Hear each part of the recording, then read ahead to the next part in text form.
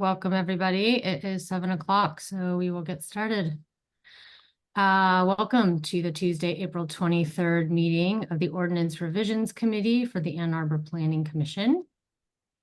There will be two opportunities for public comment, one at the beginning about anything not on our agenda this evening, and one at the end where you can speak about anything you wish.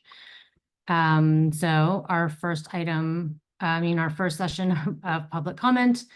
Oh, I don't have my script about the. Okay, so I think if you want to speak, you can raise your hand using the Zoom raise your hand feature.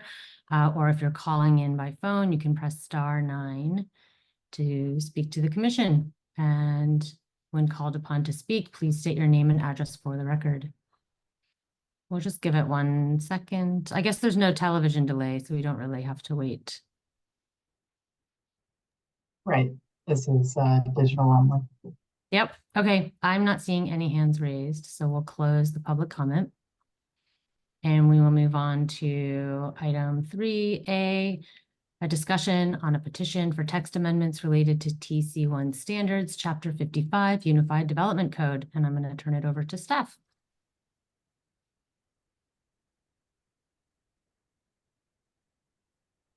Oh, thanks. We have a petition that has been submitted by a petitioner. So this would not be a staff initiated request, but once petitioned, obviously we have a huge hand in how our own code is written. The petition came through Midwestern Consulting on behalf of the project team and the owner that is developing what they're calling Arbor South. That's officially at 2845 South State Street. We often know it better as 777 Eisenhower. They asked for, and they are working on the first site plan application that we received for a project that is zoned TC1. And they have come across some very practical difficulties in applying the TC1 standards. I think they've done a great job working through, and they've been working on this for maybe a year or so. Perhaps their team can really clarify, but they've been working on this for quite a while. And, they've made a great good faith effort to apply the standards. Undoubtedly, when you have a brand new zoning district and the first project, you're going to get some questions. And they, I think, have done a good job boiling it down to what really needs some attention. They've asked for 5 amendments to the standards related to curb cuts, building dimensions, building frontage requirements, some exceptions to the parking structure design, and maybe adding a definition for a block. And in our memo to the Ordinance Revisions Committee dated April 23rd today, we've gone through some preliminary analysis of each one of those requests. I'll go through them at a very high level. Also, the applicant team is going to explain how this relates to their particular project. As staff, as the Ordinance Revisions Committee, I'll just point out that although these will benefit or these will apply to their project, these would be applicable to the entirety of the TC1 district. And so while I generally would like to work with them, make sure their project is successful, because and I'm doing this because I think their project does meet the intent of what we wanted in the TC1 district. And they have found some details and some practical difficulties meeting our intent. But it would be applicable across the district. And now we've got something like 600 acres of land. I don't know the percentage off the top of my head, but we've got 600 acres of land that is zone TC1. They've got 23 of those, but they've got actually a small percentage of the total zoning district. Now, moving forward, regarding their request to address curb cut limits. TC1 limits curb cuts to smaller sites get 1, larger sites get 2. Outside of the TC1 district, for comparison, every lot gets 1, you get a second curb cut for the second 100 feet of frontage you have. And then your third and additional curb cuts come with every additional 600 feet of frontage. They've asked to amend the limitation on curb cuts apply to on the street frontage rather than per site. So and assuming you've got a little bit of a larger site, that would be that corner lots would have 4 curb cuts. And maybe if you've got the entire end of a block, so 3 frontage site, that would be 6 curb cuts and so forth. As staff, upon reflection, I think the most important aspect that we were trying to accomplish with limiting curb cuts is not necessarily restricting the total number of curb cuts, but we were really just trying to restrict the pattern of curb cuts on a long street so that the driveways can possibly mimic the street blocks of downtown or a more urban area. And so I think that we can support this request. We don't need to necessarily, or we can support this request by maybe even having 1 curb cut every 250 feet. And that would mimic sort of the pattern downtown. It would enable larger sites to have more curb cuts, but probably in proportion to the size of their site. Their second proposed amendment, or requested amendment, I should say, is regarding building dimensions. In the TC1 district, building dimensions are limited to 250 feet in width parallel to the street. And then for that size, then it's 360 feet is a maximum diagonal dimension. These dimensions were roughly based on the blocks, the central blocks downtown, originally platted our smallest downtown blocks. Those blocks are actually a little bit larger than 250. We rounded down. And the petitioner requests an amendment to exceed that 250-foot building width dimension on larger lots. And they've identified that as 3 acres or more. And as staff, yeah, there's a variety of the spice of life. There's a variety of blocks downtown. Downtown is fairly comfortable for pedestrians. I think there's room for a variety of building sizes in the TC1 district. So we generally support this with a little tweak. I believe as exactly written, and I get that it's not the final language, but sort of as exactly written, I think that they are saying that a larger site, their arbitrary definition is 3 acres, but a larger site means all of the buildings on that site could be this larger size. And I'm suggesting a slightly different version as a concept, and that maybe the first 4 buildings on the site should be this smaller size. And then the 5th building and so on and so forth on a larger site could be bigger. And I'd even say, like, you know, we can even talk about it as an aside, maybe matching the large buildings, matching the building size to the actual dimensions of a downtown block. That was not brought up by them. I'm just bringing it up myself. On the premise that we like downtown, maybe we can replicate it exactly. Their third amendment relates to building frontage. Buildings in the TC1 district are required to span 70% of the lot width. Again, this is trying to introduce those hallmark elements for a continuous street wall downtown onto these not downtown sites.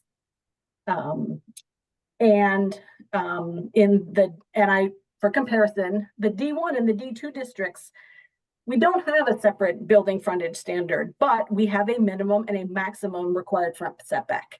And so the building frontage is sort of implied. The building goes right at the street to form a continuous street wall. And in the downtown, we allow up to 20% of the frontage to exceed the maximum required front setback for an entry court or a plaza area. Petitioner has requested an amendment to provide some exceptions in the TC1 district for certain design features that I think we all support. Public open space, natural feature preservation, plazas, park areas, and so forth. Staff, we thought about this, and yeah, the TC1 district could be amended to be more consistent. It could be amended. Now, I think I would like to suggest that we amend them more toward what we've got in the D1 and D2, a little bit tried and true. And if we're going in that direction, then the concept would be actually get rid of the building frontage standard in the TC1 district. And just like downtown, rely on the minimum and maximum front setback. And then slightly different from downtown where they give a 20% allowance, we can keep our same notions, but have a 30% allowance for things like driveways, because the TC1 district is going to have driveways. There's no alleys. But also those other features that they had mentioned: driveways, sidewalks, plazas, open space and parks, required buffers, and so forth. Fourth amendment that's on the table, parking structures. In my own words, our standards require that parking structures have active uses on their first floor.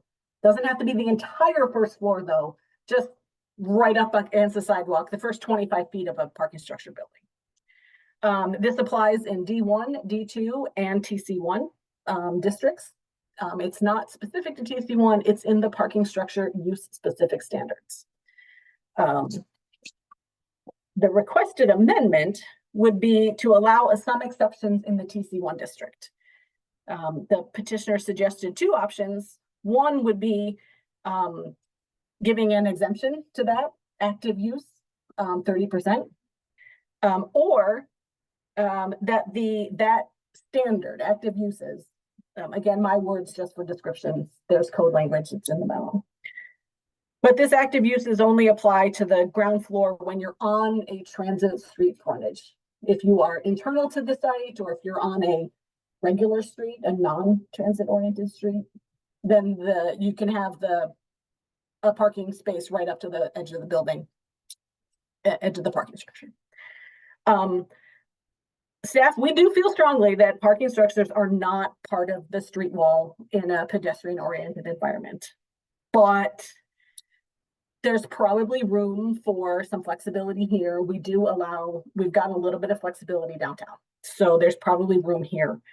Of the two amendments that they've offered, the staff, we prefer sort of the second one, allowing parking structures without active ground floor uses on non-transit corridor street frontages, sort of reinforcing our notion that on a transit corridor, let's have some active uses right up against the sidewalk where you would expect the most non-motorized transit.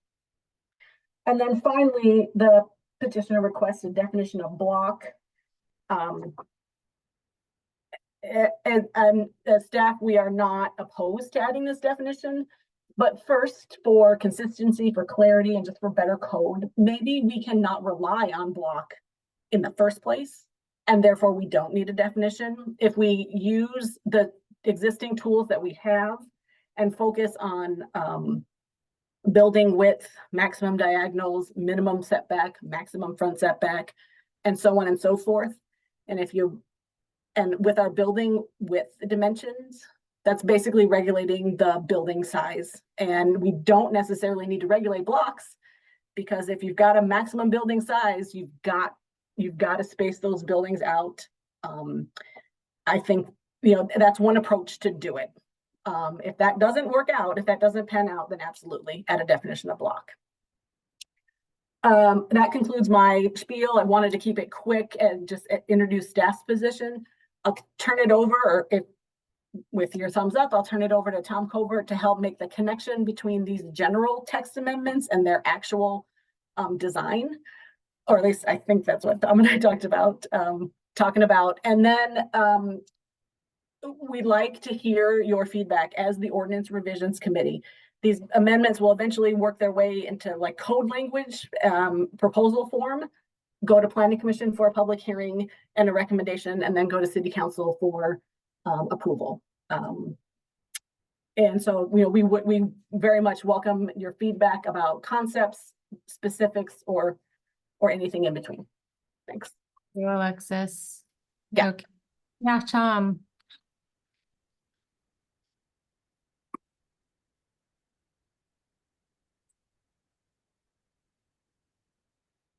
Good evening. Are you able to see my screen? We are. Yep. Thanks. Awesome.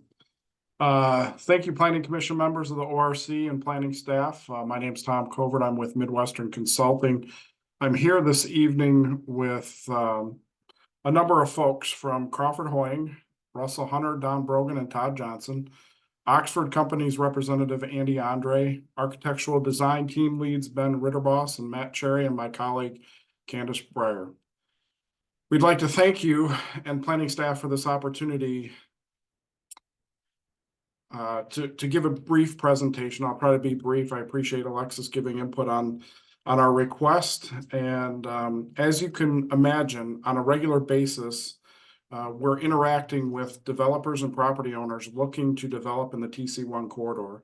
It's by that lens and the lens of the Arbor South project that we have encountered ordinance items we think might warrant additional consideration. Our goal with our suggestions is to create predictability, limiting risk and uncertainty.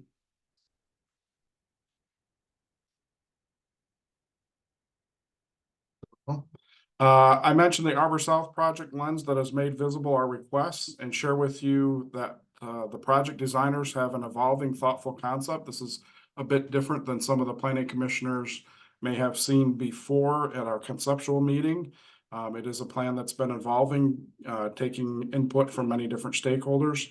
And as I mentioned, we have our designers here at the meeting available to answer any questions you might have or participate in dialogue as you see fit. Alexis had mentioned our request, our first request, considering adding clarity or consistency to the allowable number of curb cuts. The TC1 codes set curb cuts based upon lot size, and lots have a specific definition as a parcel of land, platted lot, or site condominium lot. Elsewhere in the ordinance, as pointed out, it suggests that for all other zoning classification, curb cut standards are based upon ownership and contiguous land. And then we have table 5.21-1 that ties allowable curb cuts to street frontage for those other zoning ordinance classifications. In application of this code, there can become uncertainty and the uncertainty comes with regard to what the lot is and what the best parameter for determining the allowable curb cut would be. Just some examples. If it is the current lot or parcel configuration that sets the number of curb cuts, as seen here, this is a map Washtenaw image, and we've highlighted the various parcels and condo units that exist at the project property. We might be allowed 8 curb cuts.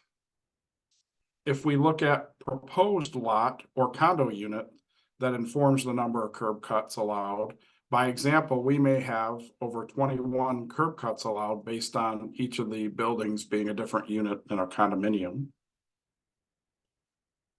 And if it's the proposed block that establishes the allowable number of curb cuts, you can see here with the frontage we have on South State, Eisenhower, and Boardwalk, we might realize about 14 curb cuts based on block length.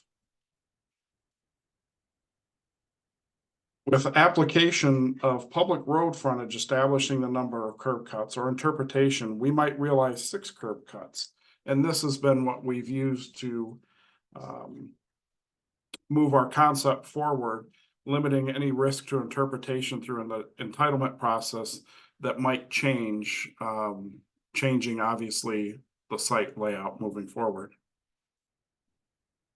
Our requests 2, 3, and 4 pertain to the interrelated project elements of building dimensions, frontage, and block length.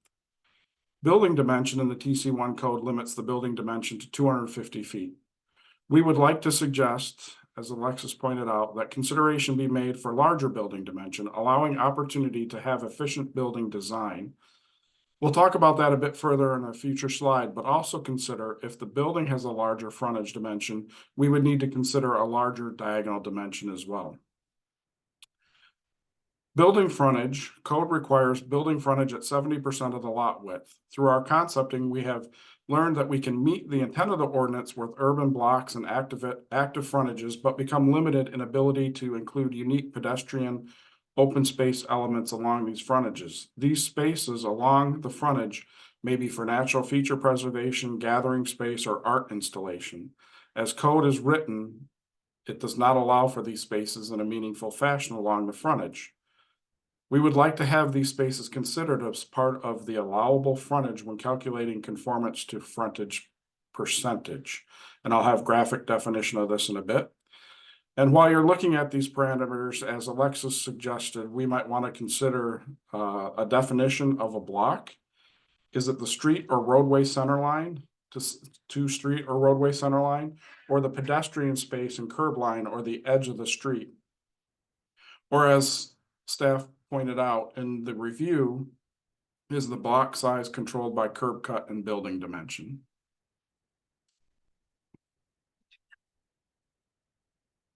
We think a majority of the projects in the TC1 zoning district will be redevelopment sites. We believe there will be future projects that will be land assemblages like ours that have size beyond a typical parcel or platted lot with an established block. We think there might be inclusion of proportionality, allowing for flexibility in block size. This will be an important element of code versus using variance requests as a solution for building dimensions greater than 250 feet. Remember, as an example, the Arbor South project is 23 acres in size with established access points and utility corridors, easement agreements, and all those things influence block design, building dimension, etc. We may be the first property assemblage type project that will need the opportunity for larger block size and building dimension and percentage of frontage. Let's dig into this a bit with some background. You can see with our existing condition, we have a super block, which may be more consistent with block sizing as you move away from the Ann Arbor's urban core.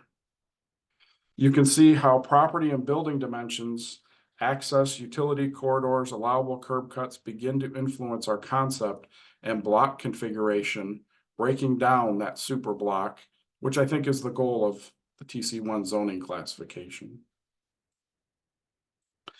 In our existing urban areas, we see, and staff confirms, urban blocks that take on different sizes as they emanate from Ann Arbor's Main Street.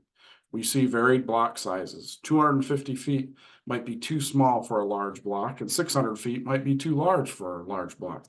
Maybe an allowed window of block sizing that leads to proper urban fabric, taking away the need for variance, or in our case, variance might mean uncertainty or risk to a developer with a prospective project. In fact, to us, it is almost indistinguishable when you compare our concept with a number of slightly larger blocks to the fabric and cadence of Ann Arbor's urban core. However, with application of the current dimensional standards of building dimension, frontage percentage, and block definition, we could not realize this layout without gaining variance. And again, to development and to developers, variances are big risks and create uncertainty for a project. Additionally, the larger building dimension and in turn larger block length helps with future-proofing our parking structures. One of the things we've been looking at is how can we future-proof our parking structures. The larger building dimension and block allows the structure to have dedicated ramp area versus each side of the floor becoming ramps. This enhances the opportunity for reuse and repurposing or future-proofing of the parking structures. With this slide, kind of drilling down to our concept plan, you can look at the occasion where we have blocks that have buildings with dimension longer than 250 feet to meet the 70% frontage requirement. But again, in comparison, these slightly larger 250-foot building lengths are indiscernible from existing urban blocks, and to us meet the intents of the ordinance, creating the urban fabric and cadence with our blocks and buildings.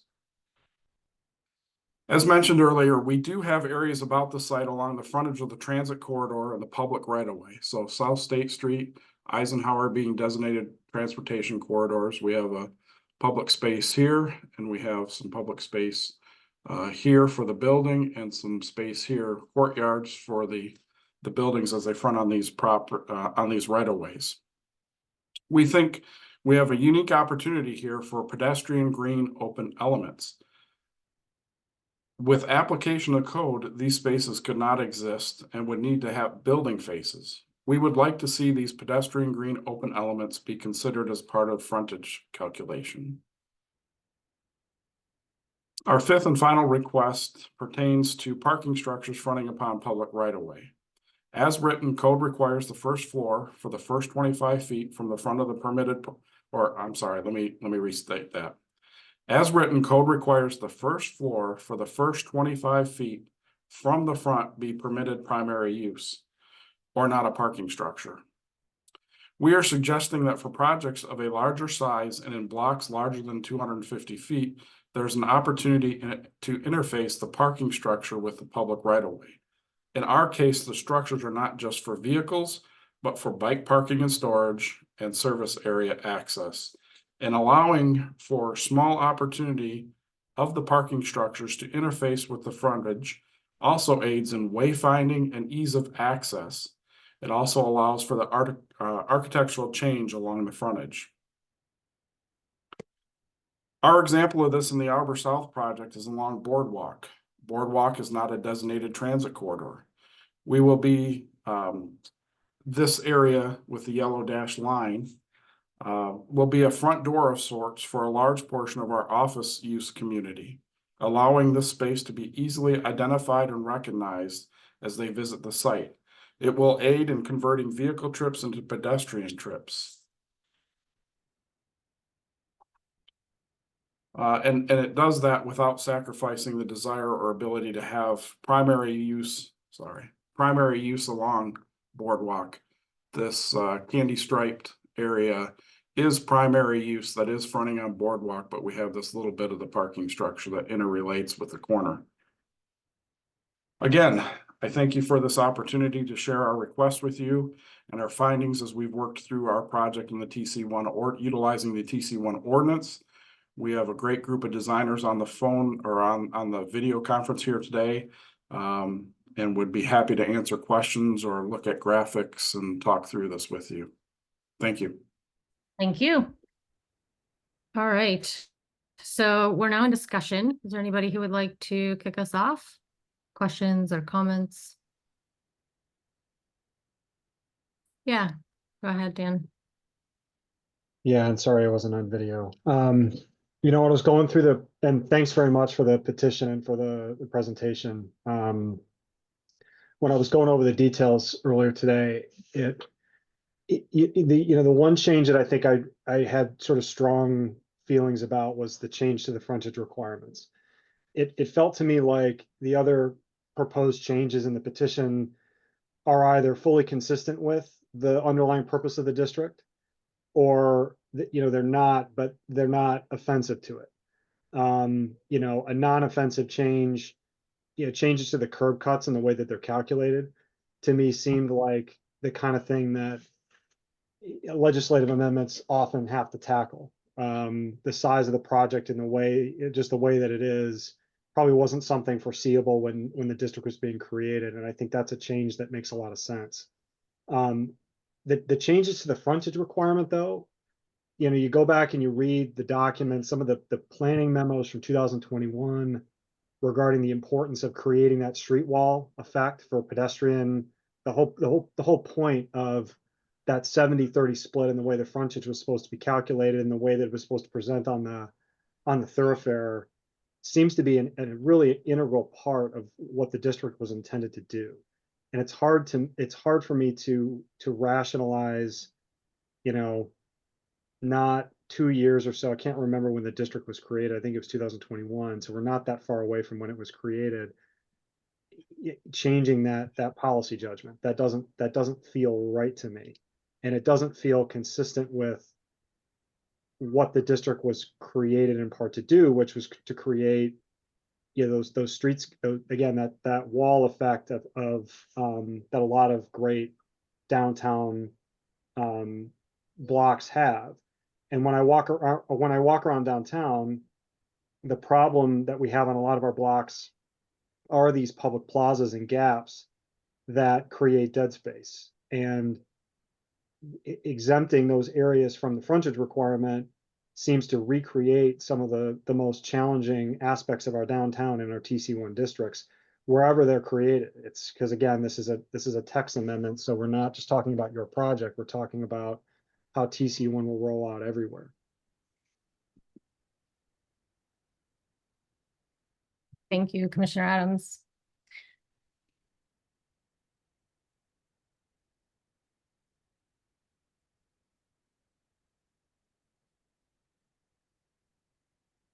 Maybe it would be helpful to kind of go to the top and work our way down as a way of working through it. I think it's a lot of material. So maybe we could, Mr. Covert, do you mind maybe just going up to the curb cut? Maybe some of the diagram.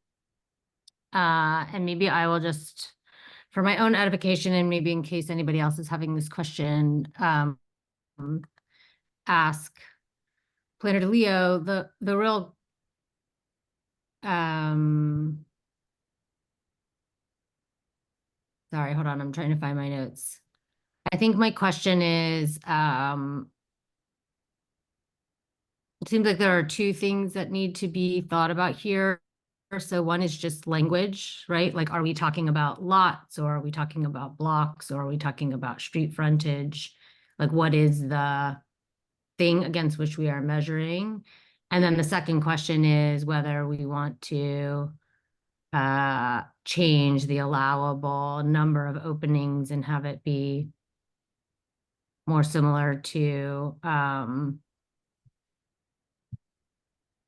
table 5.21-1 or something like, or I mean, we could debate kind of the numbers, right? Am I understanding that correctly? Right. I think you're understanding it correctly. I agree. It's both talking about the language and about the numbers. I feel that the intent was similar to the way we do it in every other district, but we, instead of one for up to 100 feet in frontage, and then two if you have 101 to 200, and then the third for every increment. I think we did want to cut that way down and just say you get one or two. And so upon reflection, I see where we could have made this simpler, more spread it out, and if we put all curb cut regulations in maximum number of openings, I think this will address our language issue. That's not what the petitioner requested, but it's my little staff value added. I think that would address the language issue. I also think that was sort of our intent. We didn't intend to reinvent the wheel, but we wanted to definitely cut it down with that additional with every increment of 600. We didn't really want that. But I'm saying now a new way of staff thinking is, and maybe it's not so bad. Maybe 3 curb cuts is not so bad. If you've got that much frontage and you're the cadence of downtown, I feel like we can work with this. I'm not insisting, but I'm explaining our rationalization and coming to it. So talking about the language, I think it'll help if we talk about a number of openings all in the same spot in code for consistent language. We've never really had a problem with table 21-1. Now, talking about the numbers, I somewhat put it back on the Ordinance Revisions Committee. As staff, I think it's fine to have another row in that table to say number of openings other than the TC1 district, no change. Number of openings in the TC1 district. And it would be 1 per, insert our number, 250 feet, 300 feet, 400 feet. And my final point, just for discussion, this particular site, I can't help myself, I have to call it 777 Eisenhower. This will get more curb cuts. If we change, this will get more curb cuts than what they're currently permitted. And they have a lot of street frontage.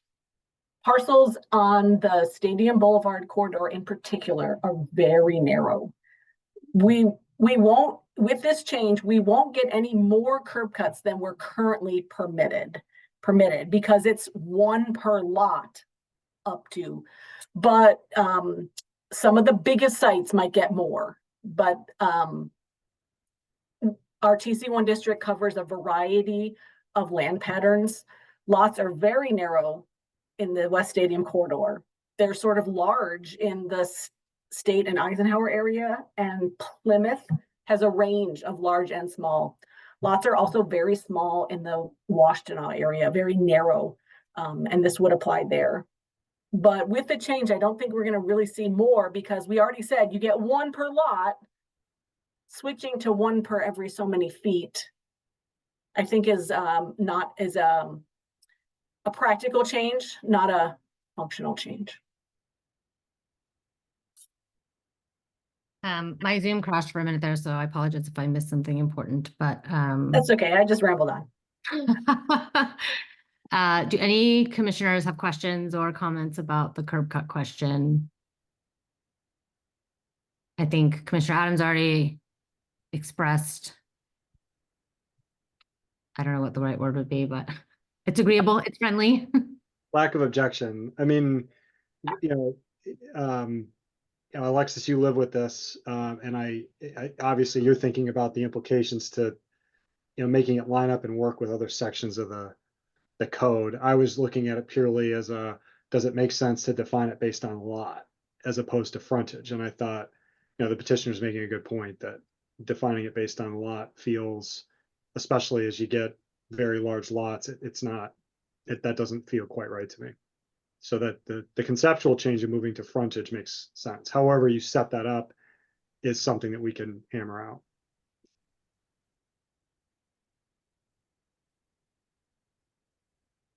Yeah, I think that seems reasonable to me. Commissioner Hammerschmidt or Mills, do you have objections or questions about that? Okay. I'm Then- good. Okay, thank you. So let's move to then the question of building dimension. Let's kind of maybe take these separately because I think they raise different issues. So the request is to increase the allowable building dimension.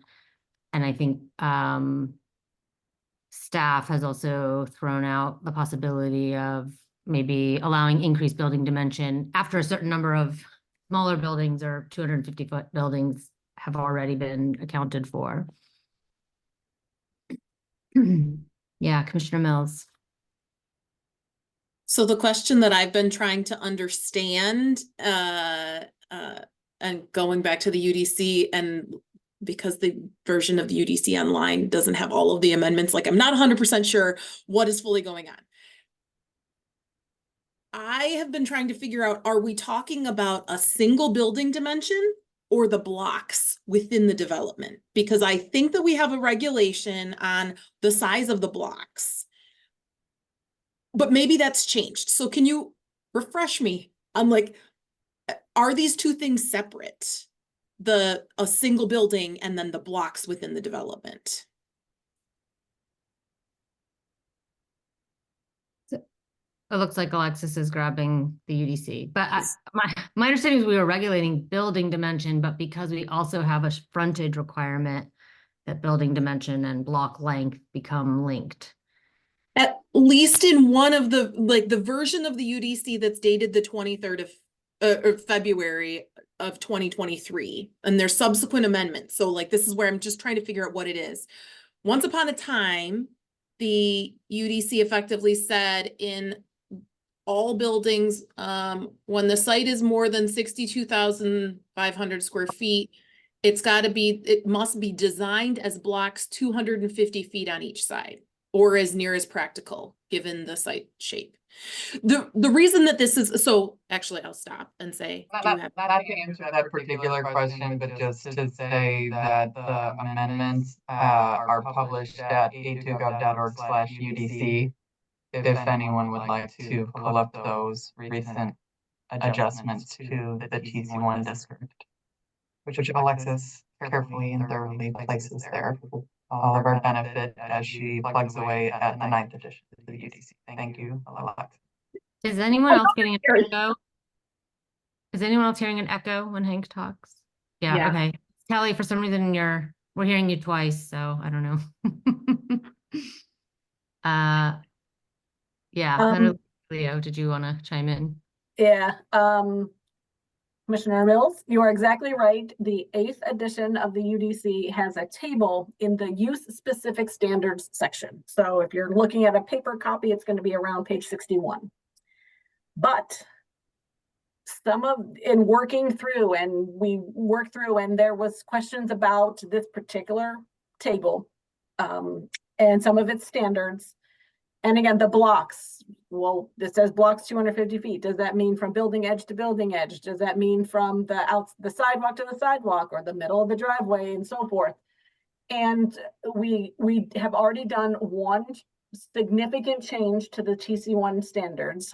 I don't have the ordinance number at my fingertips, but the individual ordinance is also posted online as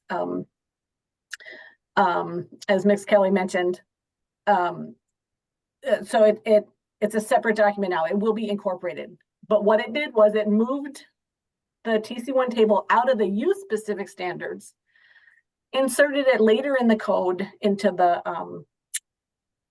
dimensional standards, and we swapped the concept of the sites must be divided up into blocks for the language that is in the memo, and this is the approved language.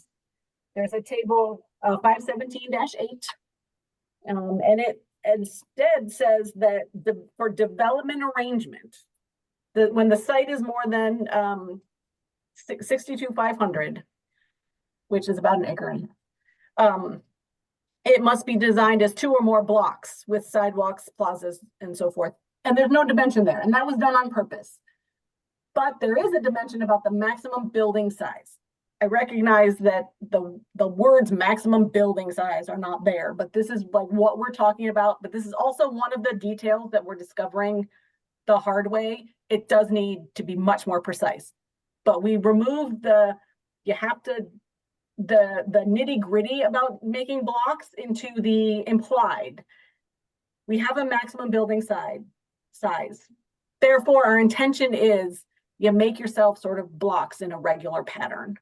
So we don't regulate the blocks anymore, but we did. And the maximum building size, though, never changed. It's 250 250 feet. So yeah, I'll stop there. Happy to answer any follow-up questions. Now we're talking my language of super nitty-gritty code ordinance language. Well, I wanted to make sure that I wasn't I am crazy, but like being crazy on that thing. Yeah. And this is the reason that I think it matters is that one of the things that makes really long blocks downtown, you can still tell the difference in the map that you, maybe this is also earlier in here. Can you go back, Mr. Covert, to where where you showing, that one. So when you're walking between 5th and Division, like that is a long block, but it never feels that long because we don't have buildings that are that big. It's and also even in the places where it's the small or standard 305 by 305, it's not one building. And so it feels different. There's like interest. I don't know how to explain it, but it's like not monotonous. And I want to make sure there's flexibility, and like we're sadly never going back to the place where we like have all of these individual character row housey looking downtown buildings, right? That all have their different facades. Like I don't imagine that we're doing that, but having a block size building alone is like big box. And I don't think that that's what we're going for. And so that's what I worry about in changing this standard, especially since the block sizes aren't otherwise regulated anymore. And so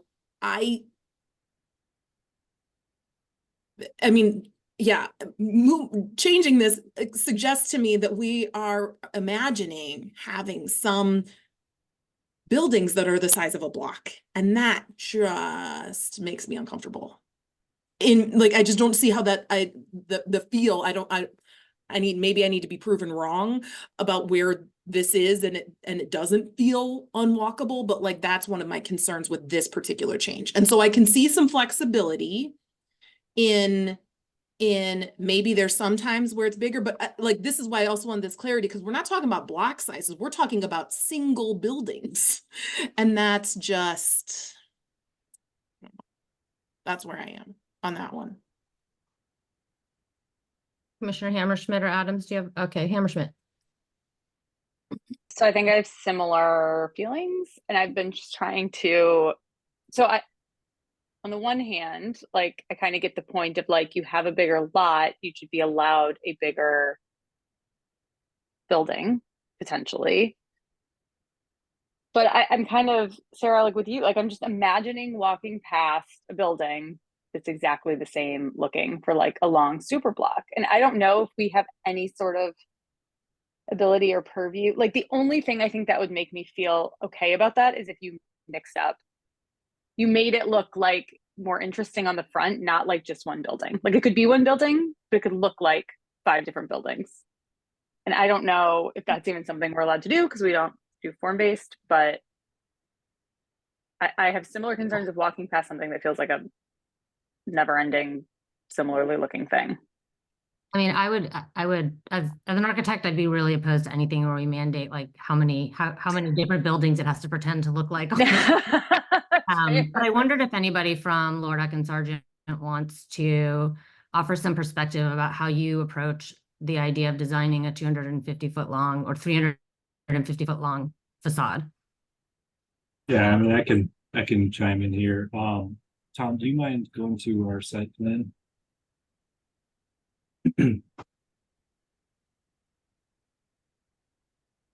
And if you can take a look at each one of these blocks individually, there's really no area where it's the entire length of the block. Maybe there's like one spot, but we do have some articulation along the frontage. And Alexis, you probably know this better than I do. I'm trying to remember, and if the downtown overlay district doesn't it have a requirement where you have to step back? There has to be some sort of articulation in the facade where it can't be one straight street wall the entire length of the block.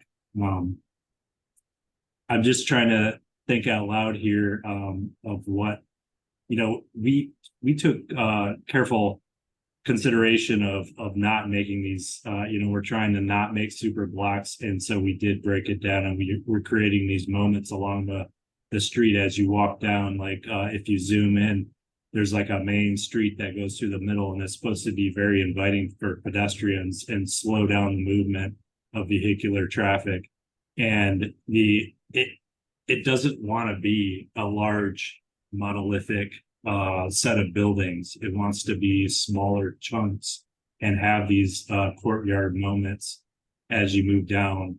And I think that helps do what you guys are kind of hoping to do with not creating large single structure buildings. If that helps. You have a question, Dan? Well, it's more of a comment. I mean, the way, and I'm going to do this a bunch because I don't have any background in architecture design, so I can only do what I'm trying to do, for better or for worse. Reading again, the change that I was thinking about was not our big buildings that take up whole blocks, good or bad.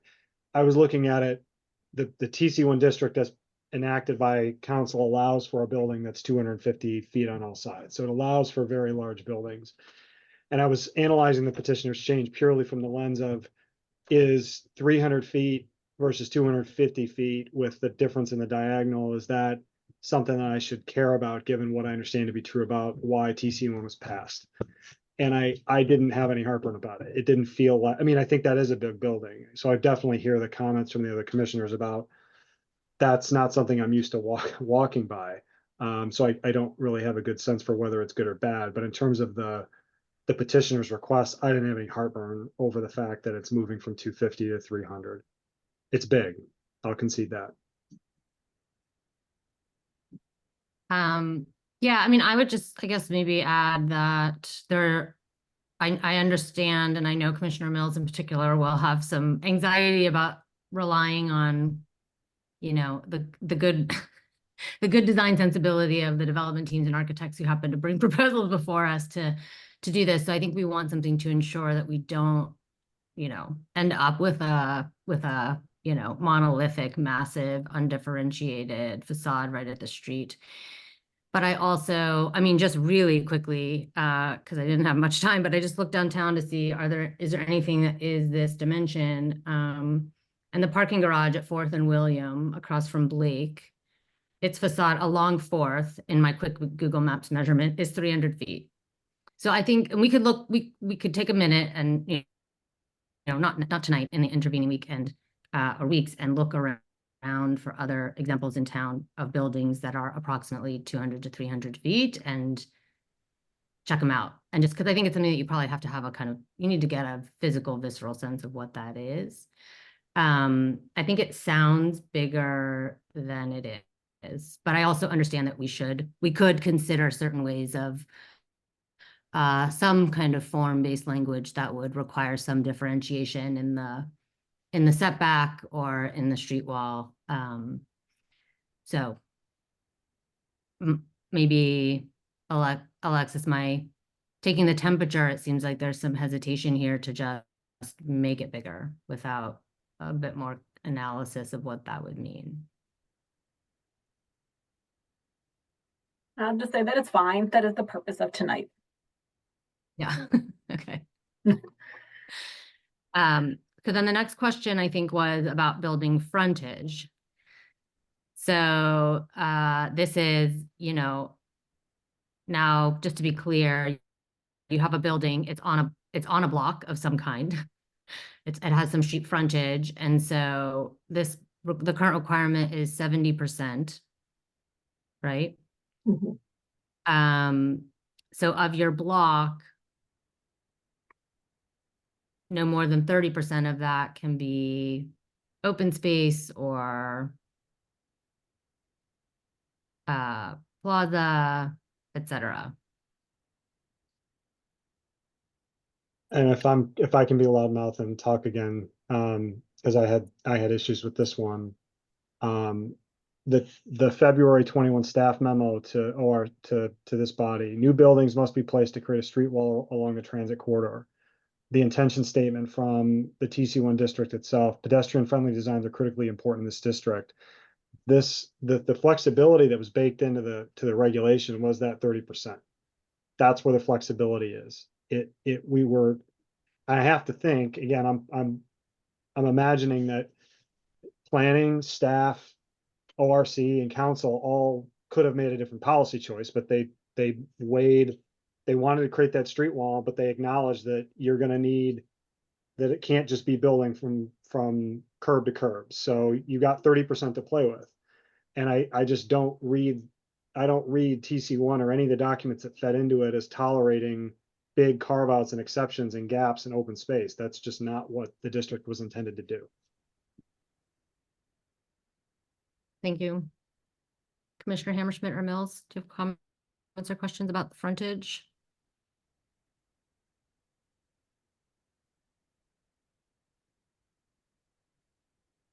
Yeah, Commissioner Mills. I want to make sure that I'm reading this right. I mean, I agree 100% with Commissioner Adams here. And also, I want to make sure that I'm understanding what we have, right? That this is applying to like all of the sides of the blocks. Is that right? Like if in this case where there are new streets that are created internally, that frontage requirement, does it applies to both the transit corridors or the existing Eisenhower and State, but also to the roads that are inside. Is that right? I think this is a little bit of the crux, like now that you put this into application, the word is frontage. It is defined in some places. It's sort of implied that it's street frontage. And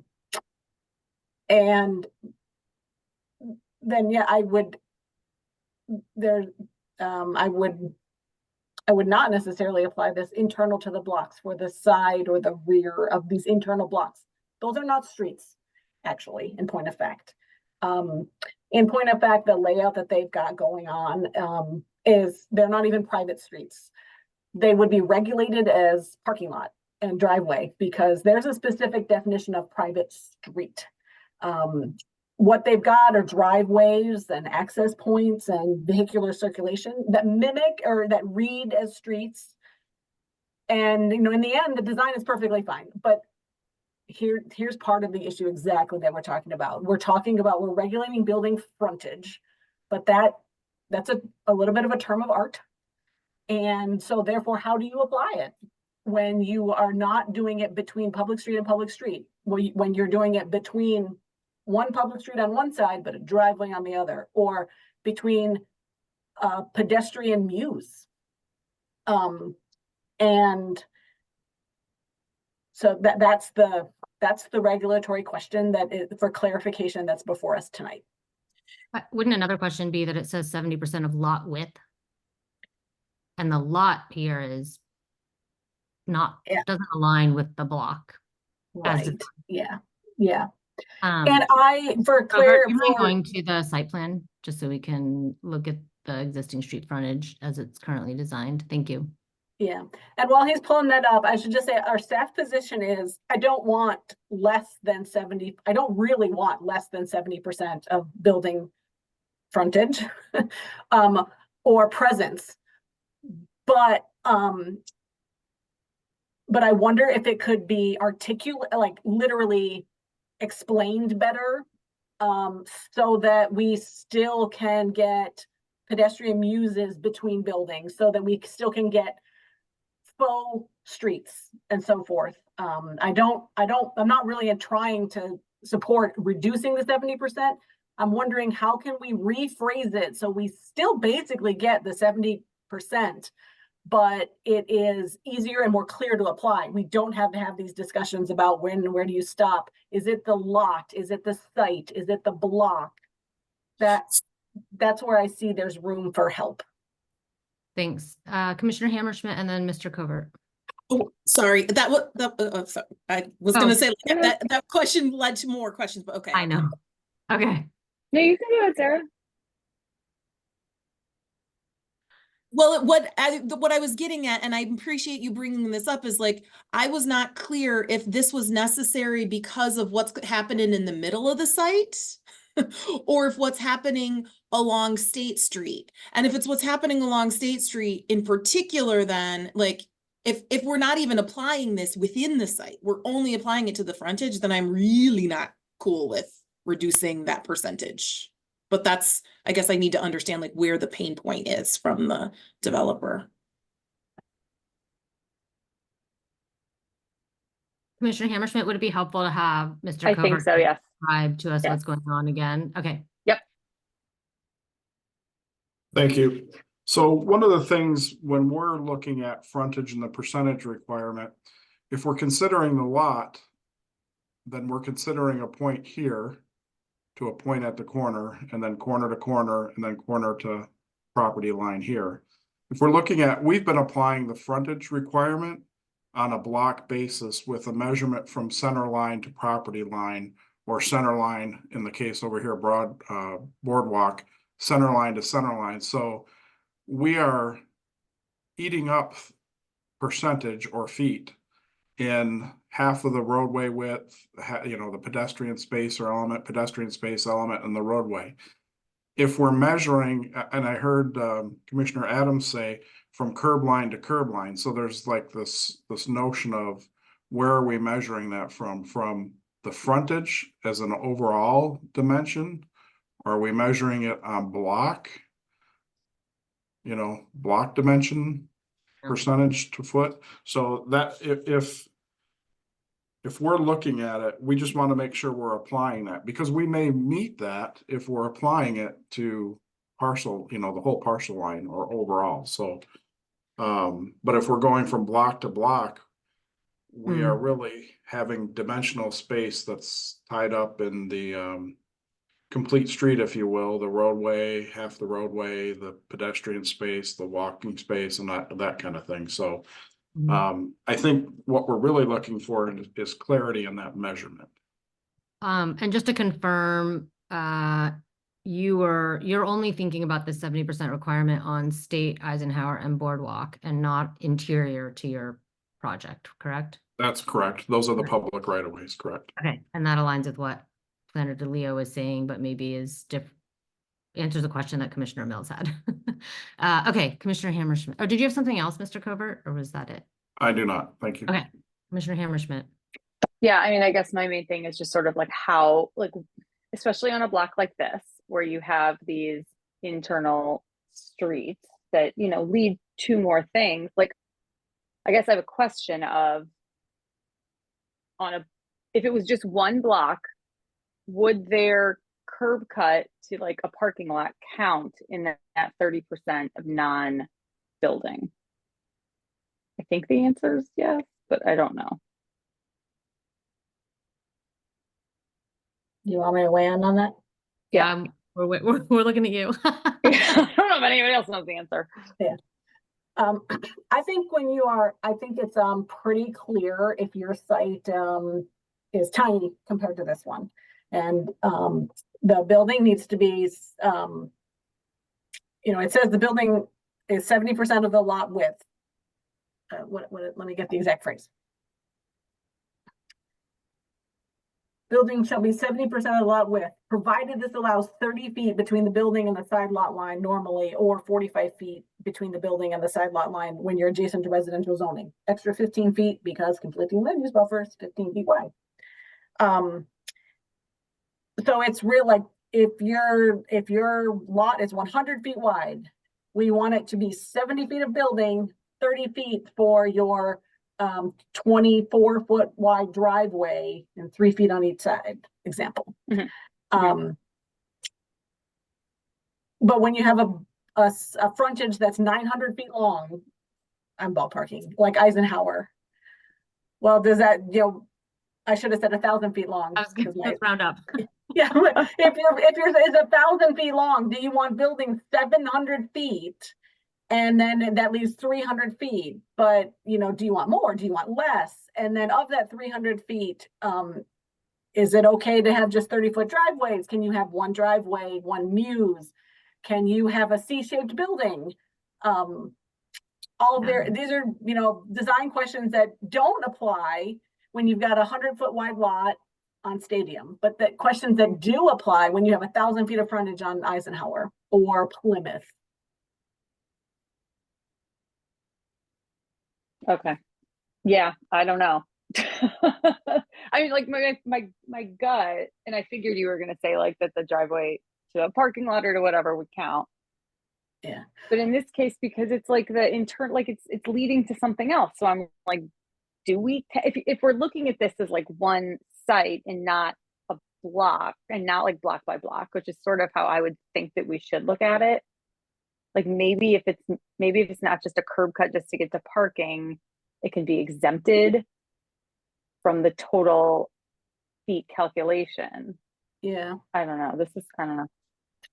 I think though, I'm happy to keep on discussing it, but just so you know, I'm definitely getting the sense that like the continuous street frontage, the street wall, you know, minimum 70% is very important. I'm just going to assume that you're understanding and can work with different ways of expressing this that might be clearer, but I get that, like, it's very important to even maybe increase the amount of building frontage, but be clearer in how it's applied. And we can come back. This probably almost certainly is an iterative process. And I think for my purposes as staff, what I'm sort of hearing is, don't change the intent of this particular amendment request. Don't change the basic parameters. Just clarify the existing language if necessary. And so, you know, we can still discuss it, but I do feel I get the sense that we can continue working and continue this iterative process. That's where I'm at. What's that? So that's where I'm at.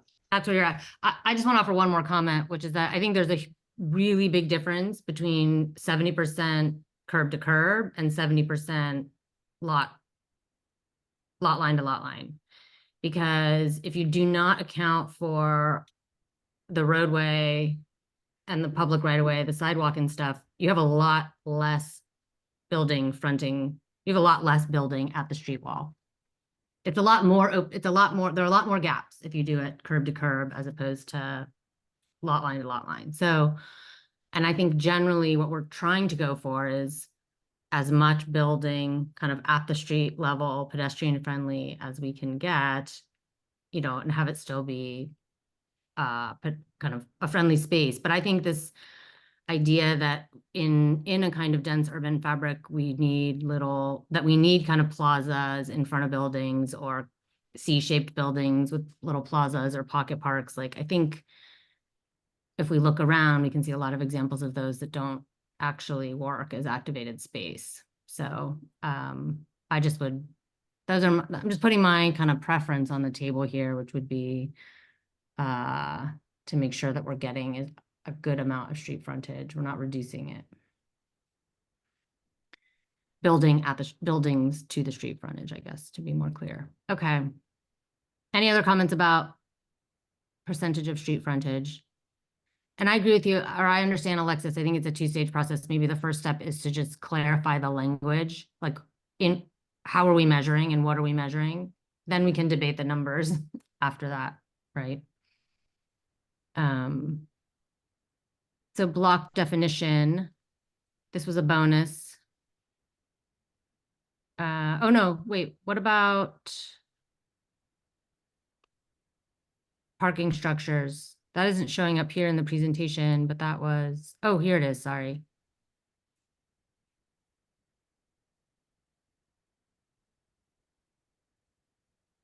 So I think the proposal here that planning supported consideration of would be allowing parking structure frontages on non-TC1 transit or non-transit corridor streets. Commissioner Mills, do I see your hand up? Yeah. Yeah, and I'm having troubles figuring out the buttons today. So it was earlier when you brought up the parking garage that's across from Blake.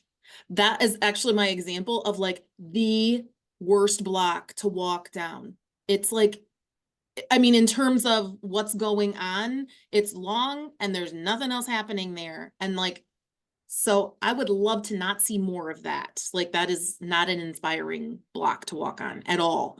Well, we're never gonna have 300 feet of parking garage on the corridor. Well, I mean, I guess that's the question that I have is like, how would this then apply? Like, how much, I'm curious about what the dimension is that is on the kind of on the plan and what seems reasonable.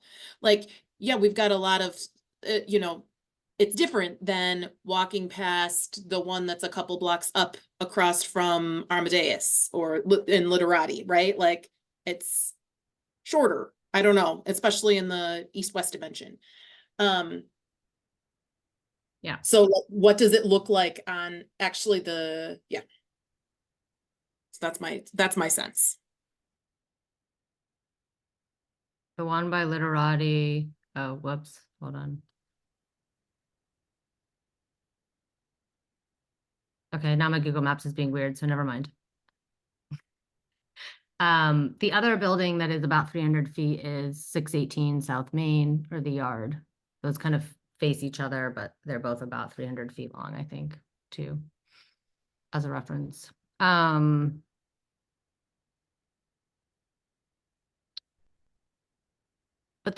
But now that I understand that we're only talking about Boardwalk, State, and Eisenhower, those are the only ones that would be regulated by this parking structures limitation, or is that not true? Well, in point of fact, or point of clarification, as written right now, all of those parking structures, the ground floor has to be active use for the first 25 foot of depth. And the only exception would be for the actual driveway to get into the parking structure. the That driveway. would be, that's true internal to the site or only on Eisenhower State and Boardwalk? It is, it says any parking structure adjacent to the street. But you said these aren't streets. Yeah, right? See? See? Any adjacent to the street, must be so activated. So this would apply then to State, Eisenhower, and Boardwalk. And they have, they're basically requesting a little bit of relief via an amendment. And of the two options, and so you tell me, maybe you disagree with my little preference, but of the two options, one option would be keep it as written for State and Eisenhower. But on Boardwalk, it could have 0 active use on it. If we're saying this only applies to, in the TC1 district, on transit corridor designated streets, that would be the text amendment. Their other option to consider would be, say, 70% of the frontage on the street has to be active use. And that would apply all 3 streets, but there's a bigger allowance for not activated. Yeah, Commissioner Adams. I agreed with the staff recommendation here. I thought that the as between the two types of relief the petition requested, offering relief on the non-transit corridor side where the maintaining and creating the street wall, again, going back to the purpose and legislative history of the document, seemed less important to me to create and preserve that on Boardwalk. And if changing that language makes it possible to facilitate more projects, not talking about this one specifically, and gets us the street wall that Congress or Congress, that council wanted to create on State and Eisenhower, I feel like that's at least worth considering. I'm not saying it passes, but it feels possible.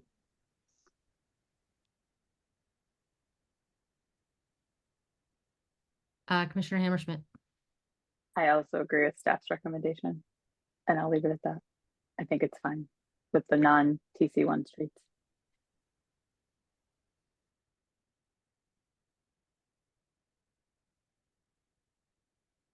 I also think it's probably fine. I think I just would want to take a minute and go look at the corridors and think about.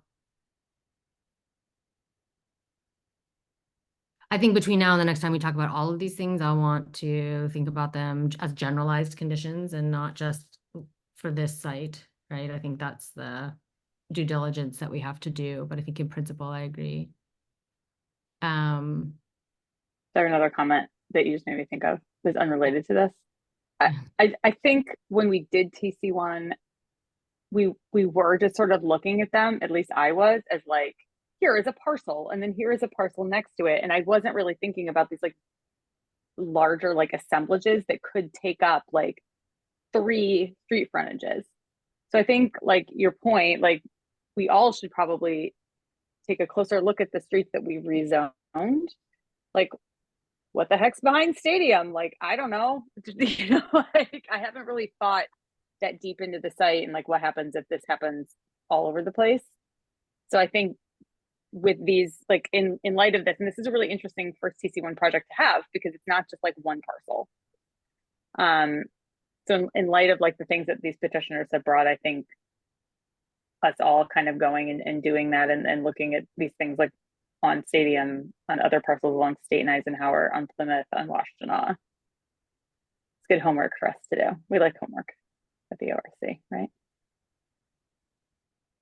Yes. I think the last thing on the memo was about, or the report was about the definition of a block. And the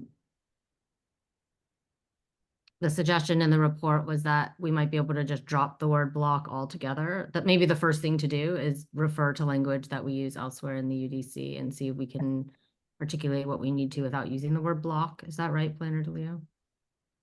Yeah, I can't guarantee that, but I wondered if, I feel that should be explored. Yeah. My only question, and you maybe have thought about this already, and maybe there's an apparent answer, but I think the one thing that doesn't get accounted for in lots, frontages, building size, etc., are like pedestrian cut-throughs, or maybe it doesn't matter. Maybe if we have a street frontage percentage and we don't anymore regulate the dimension of a block. So you could have 3 250-foot buildings spaced along one massive street frontage, right? As long as each building isn't more than 250 feet. Yeah, okay. That makes sense to me then to basically begin with that wordsmithing project and see where that leads. I mean, clearly, it's been very helpful to the petitioner. Petitioner has been very helpful to have all of this brought to our attention. There's obviously a lot of clarity that we can bring in addition to maybe thinking about changing or tweaking the actual regulation, but just clarifying where we're measuring and what's being required, I think is very helpful feedback. So thank you. Thank you for the opportunity. Is there anything else to discuss then about these amendments to TC1?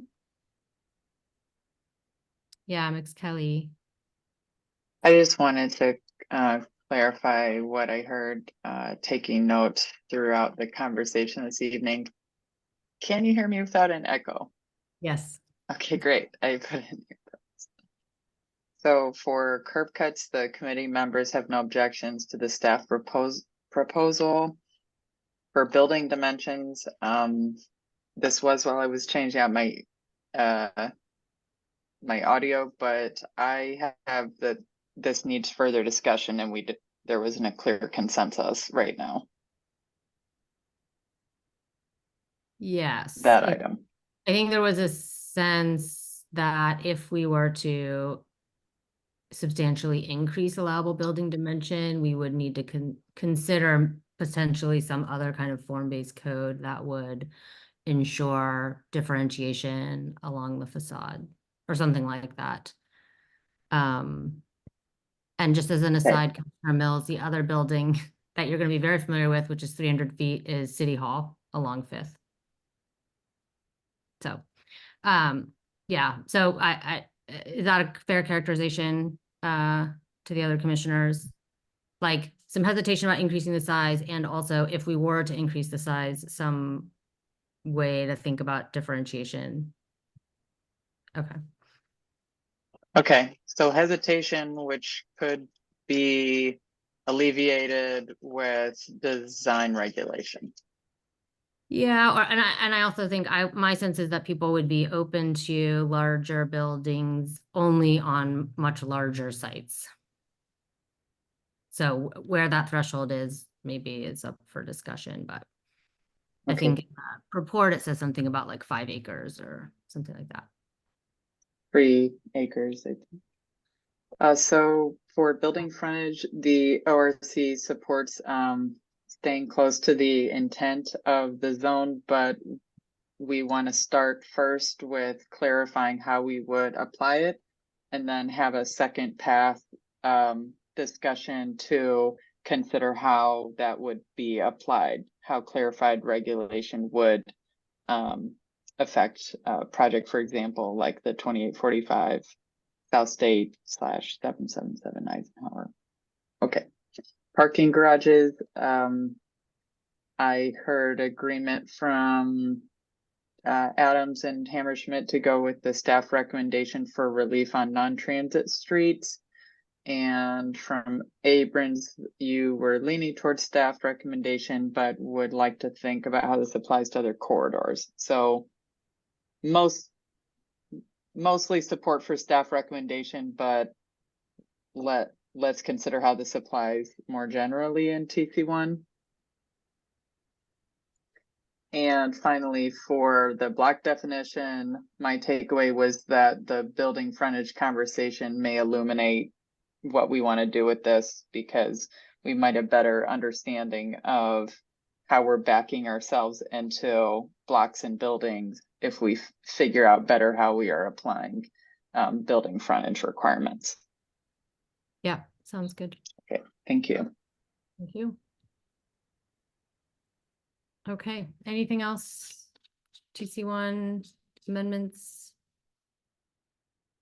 All right. Then we will move on to the next agenda item, which was UDC simplification continued.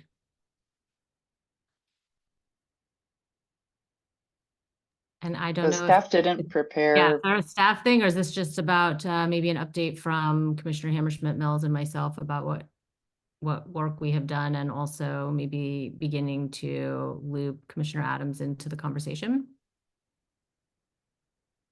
Yes, as a preface to that, I'll just say that I know it has been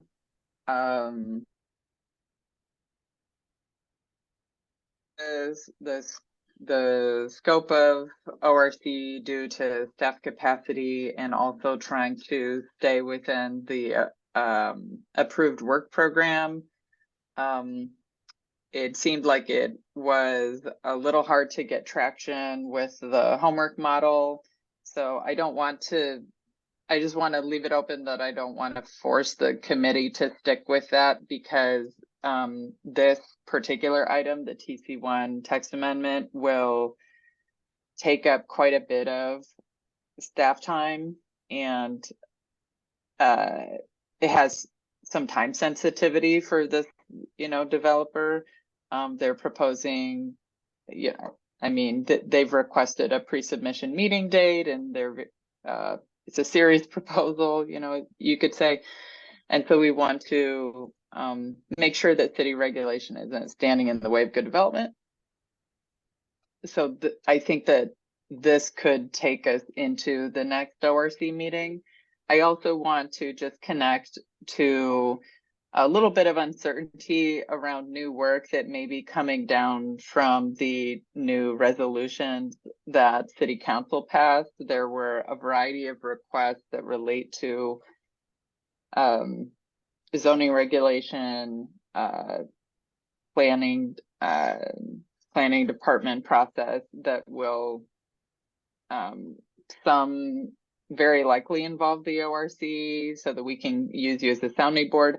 I know that upcoming, although it was not ready for this evening quite yet, we will be bringing forward some amendments to stormwater ordinance.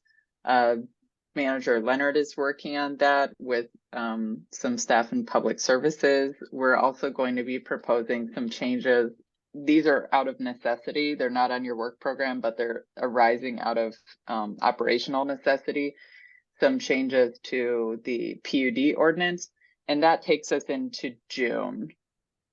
So I just want to just put that out there for adding to this discussion of the UDC simplification, because anything that is discussed here, the idea is that, serious proposals to amend would go back and staff would work on them. But there's, I think, kind of like an order of priorities here, because if there's not a very clear sense from you all of what you want to prioritize with that, then we definitely have other work that could occupy the time for the committee. Thank you for all of that information. It reminds me that I guess one question we didn't answer in terms of the TC1 amendments would be next step. Like, does it sound like maybe the next step would be to go to a working session for the full commission, or do you think things would come back to ORC in June? It hasn't necessarily been determined, but because of this, sort of was previewed and started at a working session, and if we are able to make progress on it. We don't want to lose momentum. I would definitely entertain bringing it to a working session. I didn't have a predetermined idea of that. I don't think it would be inappropriate to bring it to a working session, since you all have already talked through some of the finer points and could help to contribute to that discussion. And I feel like we had, by and large, consensus around most of the points. I think if there were things that felt very thorny and not a lot of consensus among the committee, it would make sense to bring it back here, but I could see this moving to a working session of the full commission next. And if that were so, that would mean the June agenda would include potentially revisions to the stormwater ordinance and also to the PUD for June. Depending on readiness, yes, for the PUD, but definitely stormwater. That was I a think I'm last trying minute to adjustment. gauge, like, is there the possibility of room in the June agenda to discuss something? Therefore, we could plant the seeds of that tonight and work on it between now and then, or whether June is full. So it sounds like it's 50-50. We're not sure. Well, I do know right now that the June working session is not full, and that would be on June 11th. Yeah, no, I'm talking about whether ORC should try to work on any zoning simplification. Is that the language we're using? Yeah, UDC Mhm. simplification between now and then, or not. That is what, you're saying given the staff isn't gonna information have I've time. provided, you can now discuss amongst yourselves. I Yeah. just wanted to provide context so that you didn't feel pressured to. I think there's plenty of content for you to consider without that pressure. If you would like to, please discuss. Okay. I feel like I've asked a lot of questions, so maybe I'll pause for a minute and see if other commissioners have a sense. And also, Commissioner Adams, maybe you have no idea what we're we're referring to because you've been given no background. There's a kind of very nascent but long standing I think emerging conversation about a desire to simplify, to think about simplifying certain aspects of the UDC, primarily focused on zoning categories and the use table.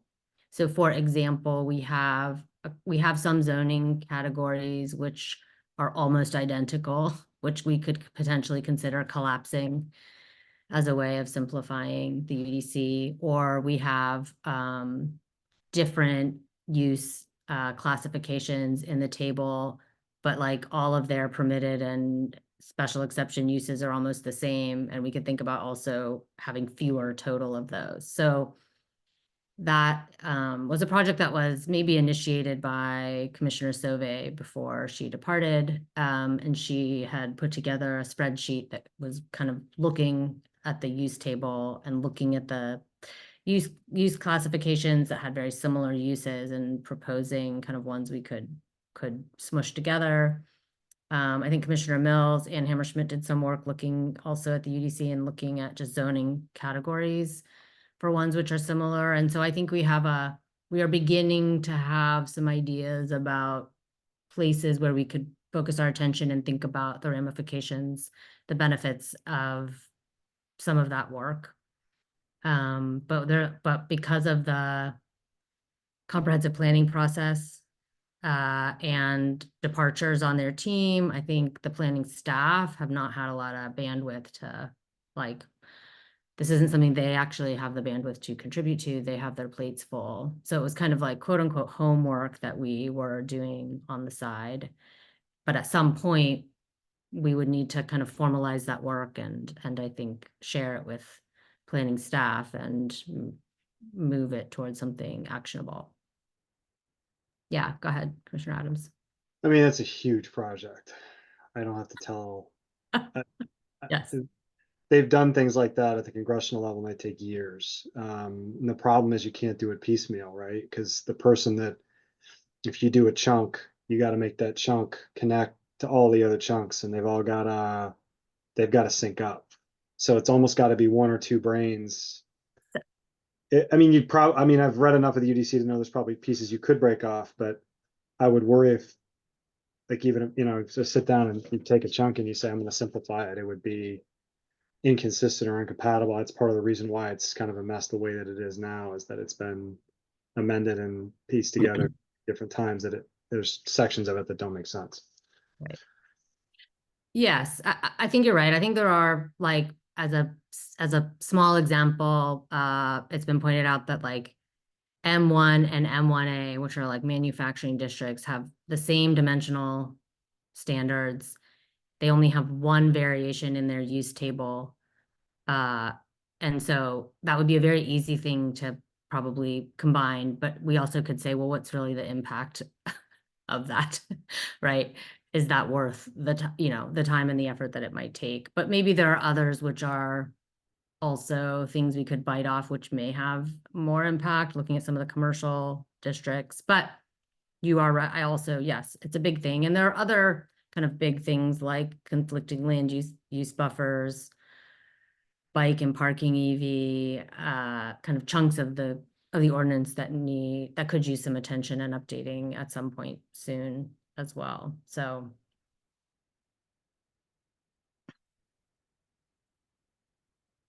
yeah, Commissioner Hammerschmidt. For what it's worth. I've kind of been having fun. I don't know if fun's the right word. Kind of reading through the UDC just to see like where, because you know, a lot of times I'll just like look through for like the things that I need, but I don't know that I'd ever like, and I don't think that I've finished yet, but like read it consecutively. And I think like I'm happy to continue to do that and just like note my notes in that document for what they're worth. The things that I was mostly noticing, I think are really, they're going to be, and I think I mentioned this to some of you after like our last in-person meeting too, like there's like 8 pages talking about like, what was it, like the floodplain or something, like just to wade through that to get to the next section. Just like there's so much in there, and the way that it's currently organized makes it really hard to find stuff unless you do a control F. And trying to think of it as like coming from, I guess I am a developer now, coming from the perspective of a developer, like it was almost impossible. And I was on planning commission when we redid the sign ordinance, and I was still like, I don't know how to find in here, like what is my project? What type of sign? Like, it's just really hard the way that it's organized, because it's like, I'm a residential developer, what applies to me? I'm an office developer, what applies to me? And we have it set up kind of in like the reverse. So for me, I think it's more, I think like the zoning stuff hopefully will come through the comprehensive plan. So spending time on that right now might not make sense. Like, hopefully that's a takeaway from this. But a lot of it for me is just like the length and the organization just makes it really hard to read and to find the things that you're looking for quickly. Yeah. Commissioner Mills. As you were talking, Commissioner Hammerschmidt, the first how many years, Ms. DeLeo, that I was on ORC, we were finishing up Zorroing this. This is so much more legible than it was before, and there's still room. And the whole idea behind the Zorro as the zoning ordinance reorganization was to make it so that we could see where there were conflicts and make it easier to read. So, but it's great that we have Ms. DeLeo on this, because she, in terms, if anybody is going to like collapse things, it should be Ms. DeLeo. Because she has read the whole thing. I agree. I don't think that there's any, so I did go through, and I thought it was fun, but it was also some work to go through and figure out like where might there be opportunities to collapse. And so I kind of feel like I don't want that to get lost, because it's not going to change. Those things, you're right, like aren't going to change. And so if this does move up the priority list, I want to hopefully have that coupled with Commissioner Sauvé's use table collapsing analysis. I think that that's a real strong starting point.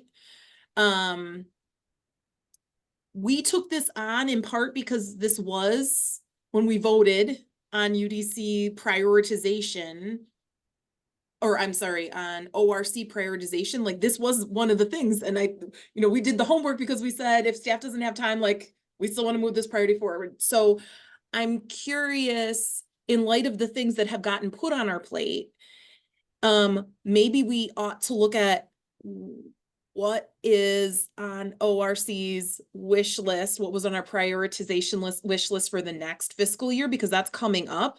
So we can see, like, should we do, like, gradually do a little bit more, or should we just put this on ice and move on to the next thing? Yeah, that's my sense. If I may, although I think the work plan might be revisited around the time of the fiscal year, it was organized in calendar years, not fiscal years. So when it says 2024, that is intended to mean until December. In previous conversations with Ms. DeLeo, I'll let her speak for herself, but our understanding of the zoning simplification was not chiefly zone collapse. It was more early successes of just strike through language, reorganization for clarity, things that mostly just removing language.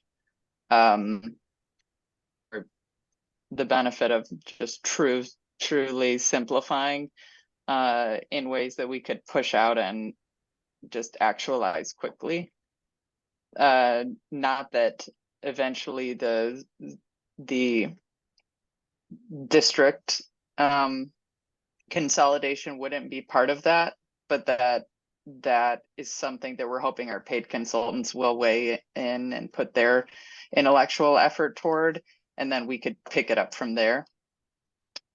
Because after the comp plan is updated, we'll have to have a conversation, and hopefully this is being previewed or will later in the process with the comp plan subcommittee, is what are we going to do about updating the UDC? How do we want to go about it?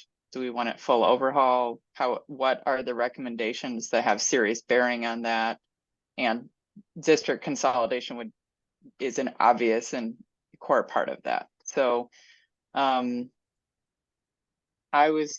takeaway was that the zoning simplification work of this subcommittee right now was not primarily the work of the zone consolidation. But I don't know. Ms. DeLeo, did you have thoughts on that? You'd had expressed some reservations to me before about like cart before horse with that type of thing. Yeah, I agree. I think that there's a difference between simplification and like the zone collapse. Zone collapse, I feel like, would also include map amendments. You know, like if you're gonna get rid of a district, you gotta deal with the map. And I'll just leave it at that. Yeah, that was my understanding as well. You know, and there can be a lot involved in simplification. I think to developer Hammerschmidt's point, but also Sarah Mills, it is structured a ton better than it was, because it wasn't a single document before. But you know, I personally had hoped to somewhere get around to very consistent language. The triggers can be different, but the consistent language for application. When does each section apply? Do you and which is not there. And things like that, I think, are some can have some big impact on folks. And then again, like you're just reading through, I think we regulate to the nth degree sometimes, and we don't need to anymore. And so just, you know, and it would be some surgical strikes, but it just might make it a lot easier to interpret and enforce. And yeah, so now I'm getting into the weeds because I like this stuff, but I'll just say agree with Hank. I think, yeah, there's a difference though between zone collapse and just simplification, plain language, that kind of work. Commissioner Hammerschmidt. So I agree with both of you, and that's how I was doing my read for the most part, was I found some Scrivener's errors, so I noted those, and I like noted places where I was like, this has a lot of words, but I don't know that, like, I don't want to just start like doing surgery on these paragraphs either. So like I don't know the best way to like do that except just to note where I'm like, I feel like we could say this more concisely. And maybe that's like an okay first step. I don't know. But that's sort of how I was also approaching this.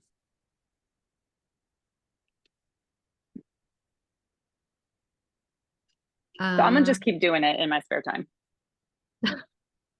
And I'm glad that I didn't see this before you guys wrote it together.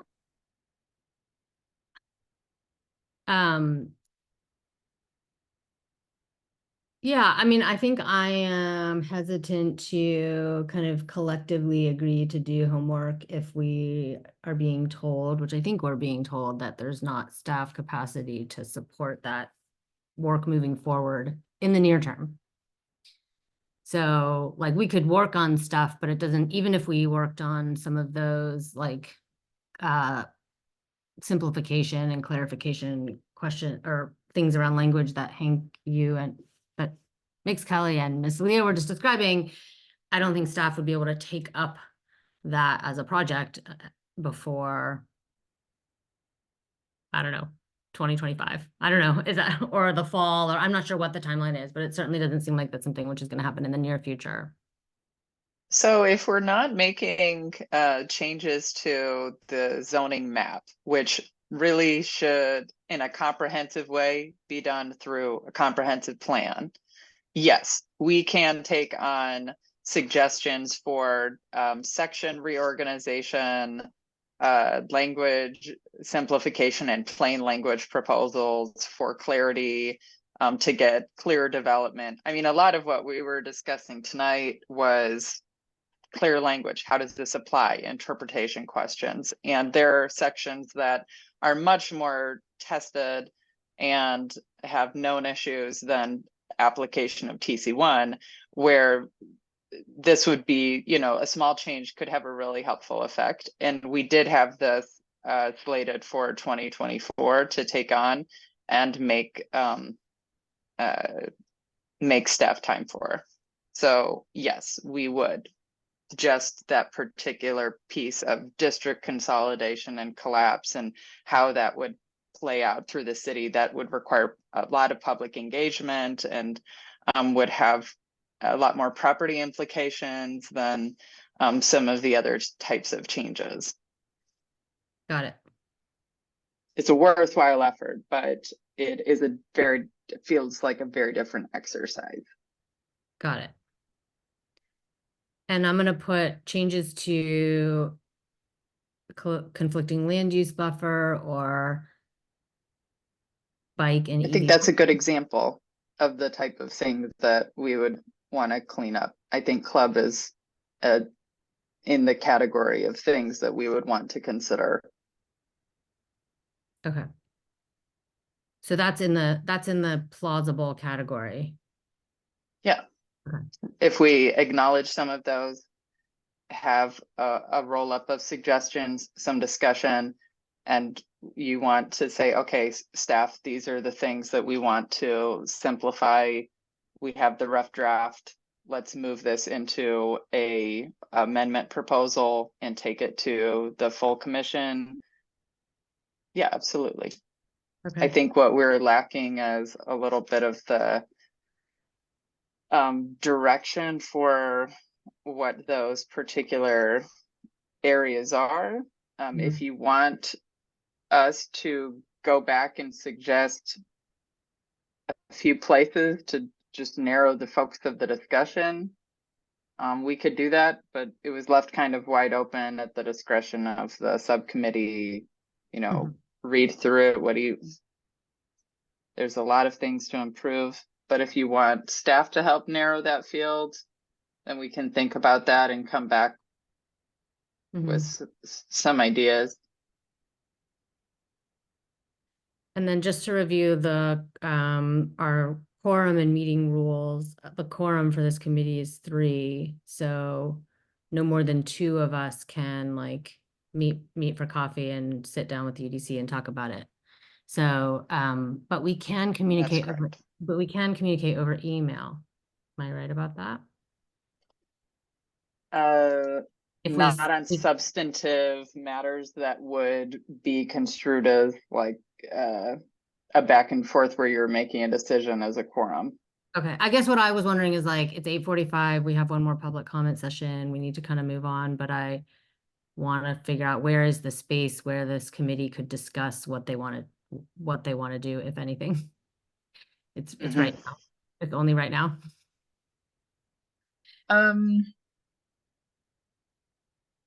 I wasn't sure, is that the kind of thing we can discuss over an email? Or not? We I can think try. not as a quorum, right? Like individual emails are fine, but if it's 4 of us or 3 of us on a email exchange, that's a meeting, right? If you're talking about something more than basic logistics of, hey, we're meeting here, or here is this document link, like Yeah. if you're discussing the substantive matter of the committee, this is my understanding, I'm not an expert in this, so I guess it depends what you want to sort out. I think you had 2 working committees before, and then Commissioner Salve left the planning commission, and I'm not sure how exactly you all had divided work. We But didn't. that We could never be really something. had, we never really Okay. had subcommittees. I mean, we talked about it, but we kind of just worked individually and just haven't talked. We mostly talked about how we couldn't talk. Right. We emailed about how none of us had time to meet. Okay, so maybe quickly then, we could just try to come to some agreement about between now and June, we could do nothing. We could each individually continue to look through the UDC and flag things that might be the kinds of editing and clarification that Alexis and Hank described. We could decide to work on clubs and come back in June with a proposal about that. We could do something else that isn't on my radar, but one of you has an idea about. I was using that as an example of something we had already done that would fall in that category. We're going to look at clubs again. Oh, okay, got it. I mean, we did just look at them, but if there's more to do, and No, my brain. everyone agrees, okay. Well, we did punt on Some of the club stuff. variable. We did punt on variable club, like with the related to the parking lot and like downtown parking lots versus and like small parking lots and backyards. There was a potential next phase.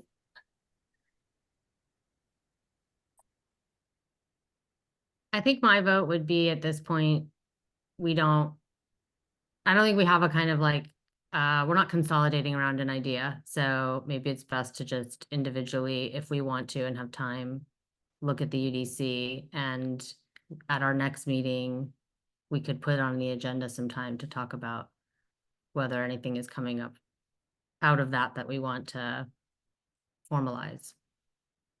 Yes, Commissioner Mills.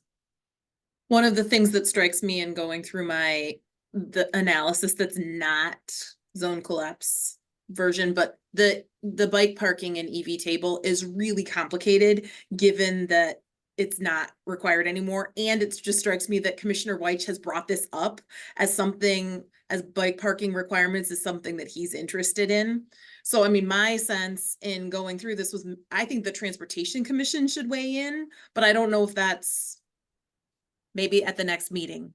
I will just suggest that like, there may be convergence. Like if he's interested in working on simplification or different standards for bike parking anyway, that might be an opportunity to simplify that table. That's the one that strikes me that we haven't talked about recently, but that there might. Yeah. Okay. So for next meeting then, for June, perhaps? Okay. I say no pressure if anybody Okay. has time, but like, let's not make this homework Okay. specifically. All right. Then I'm going to close that part of the agenda and move on to agenda item 4, which is our second opportunity for public comment. People may speak for up to 3 minutes on any item. State your name and address for the record. If you're joining us on Zoom, you can use the raise hand feature. If you are calling in, you can press *9.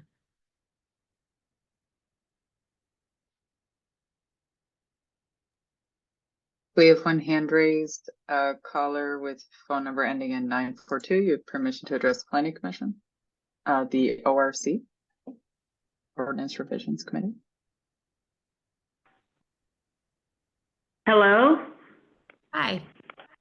Hi, my name is Margaret Goodley, and I live at Oak Brook Condo Community, and I'm speaking once again to oppose the change in zoning of the 2525 Ann Arbor Saline Road parcel from office to R4E residential. I am not opposed to development of this parcel. I'm opposed to a change in zoning from office to residential development. I believe the residents would not oppose an office development that falls within the current zoning restrictions, albeit as long as the developer doesn't try to somehow add short-term rentals into an office zoning. The reasons for my opposition is many, but I'll focus on 3 things quickly. First, due to the totality of not only existing rental units within a 1 to 2 mile radius of this location, but the already approved and proposed rental developments in this area, it is already overly saturated rental units. One being the South proposal you discussed tonight. The number of rental units among the 9 existing apartments, which also include Cranbrook Senior Tower, is 2,332, and the approved and proposed developments is 1,967, with a combined total of 4,299 units. The proposed development would bring that up to 4,524. And this is not enough to maintain a taxable viability of the city or public schools, to support the public school. Secondly, I support affordable, family-friendly, and working professional housing developments. None of the proposed and already approved housing developments fall into this category or fit into the goals of affordable housing of the city of Ann Arbor. The design itself is unsuitable for families with children. It has a 2-story clubhouse and a rooftop terrace that I guess that kids can view the daily traffic crunch entering and leaving Ann Arbor from I-94, or they could view the football traffic during football season, which residents either leave town or find themselves trapped on Saturdays. The developer of this proposal built Centera, and it's already unaffordable. Lastly, I request that this project is rejected because of the appearance of my Ward 4 representative, Jim Carr, setting up and encouraging selected residents to attend meetings with the consultant and architect of this development. Thank you.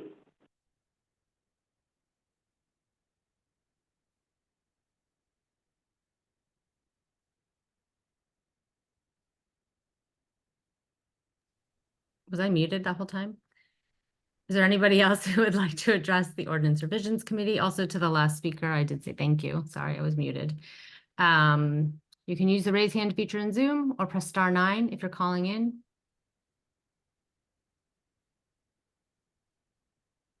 Okay, I don't see any other participants indicating that they would like to address the commission.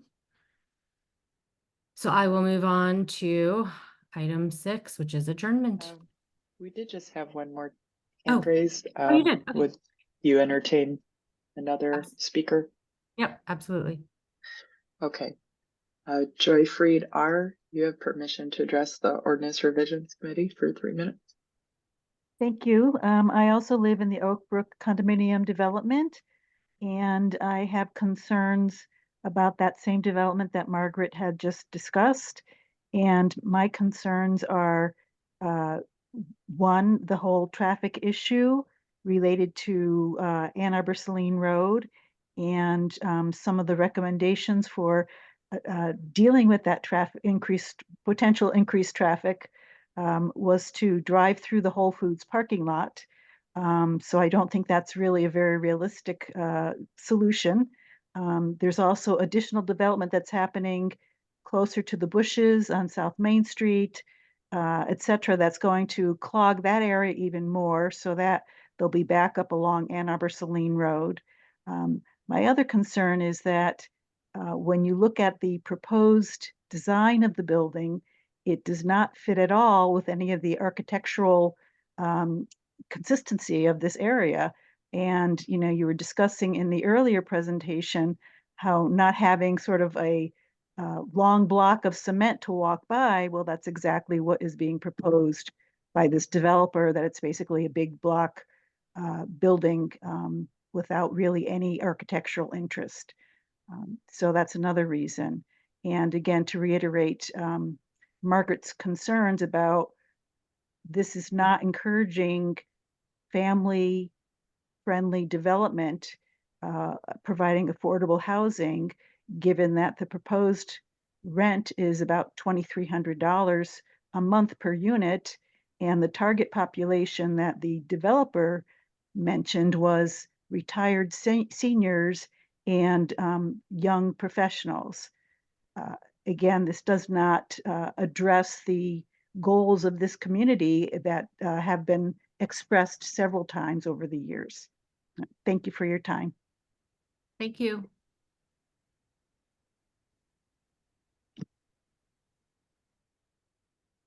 Let's wait 1 minute and see if there's anybody else who would like to speak. If any other attendees would like to speak, you can use the raise hand feature in Zoom or press *9 from your phone if you're calling in. To give a quick update on the project that the two callers spoke about, 25 Ann Arbor Saline Road, that was just formally submitted the last time we met, I believe, at a working session where there were a number of callers. They had not yet submitted. And so we did just review internally today and decide to accept that into formal review. And members of the public can go to stream.a2gov.org, search for that address, and follow along with the files and progress of that submission if they're curious about where it stands in the.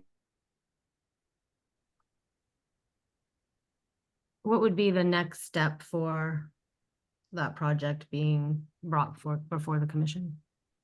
Or what the public, what would be the next opportunity they would have to comment on that project? It would be a public hearing at the Planning Commission. Okay. But and if it is a rezoning, I'm sorry? That public hearing has not yet been scheduled because it's just been submitted. No, we wouldn't know the date of that until staff get into the actual process of the review and determine how well what is submitted meets with regulations like we've been discussing tonight. So this is exactly the kind of comparison with regulation that would have to happen at a granular level across multiple departments: fire, waste, water, solid waste, private engineering, all sorts of reviewers. Great. I would guess it's probably 2 months away or so from being scheduled. Okay, thank you for the update. I am not seeing anybody else raise their hand, so we'll move to adjournment. We're adjourned. Have a nice evening, all. Thank you all.